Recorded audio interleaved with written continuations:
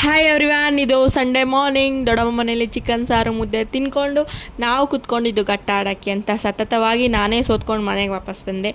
ಆಮೇಲೆ ಬೆಳಗ್ಗೆ ತಂದಿದ್ದು ಬಿರಿಯಾನಿ ಮಧ್ಯಾಹ್ನ ತಿನ್ಕೊಂಡು ಒಂದು ಲೆಮನ್ ಜ್ಯೂಸ್ ಕುಡ್ಕೊಂಡು ನಾವಿವಾಗ ಹೊರಟಿರೋದು ಬಟ್ಟೆ ತೊಗೊಬರೋಕ್ಕೆ. ಯಾರಿಗೆ ಏನು ಅಂತ ಎಲ್ಲ ನೆಕ್ಸ್ಟ್ ಬರೋ ವೀಡಿಯೋದಲ್ಲೆಲ್ಲ ಶೇರ್ ಮಾಡ್ತೀನಿ. ಆಮೇಲೆ ನಮ್ಮ ಮನೆ ಮುಂದೆ ಮನೆ ಕಟ್ಟೋದಕ್ಕೆ ಅಂದ್ಬಿಟ್ಟು ಮಣ್ಣೆಲ್ಲ ಹಾಕಿದ್ರು. ಅದರಲ್ಲಿ ಸ್ವಲ್ಪ ಮಣ್ಣು ಎತ್ಕೊಂಡು ಬಂದು ಮನಿ ಪ್ಲ್ಯಾಂಟ್ ನೆಡೋಕ್ಕಂತ ಮನಿ ಪ್ಲ್ಯಾಂಟ್ನ ನಮ್ಮ ಅಕ್ಕ ಮನೆಯಿಂದ ಎತ್ಕೊಂಡು ಬಂದಿದ್ದಿದ್ದು ನಾನು.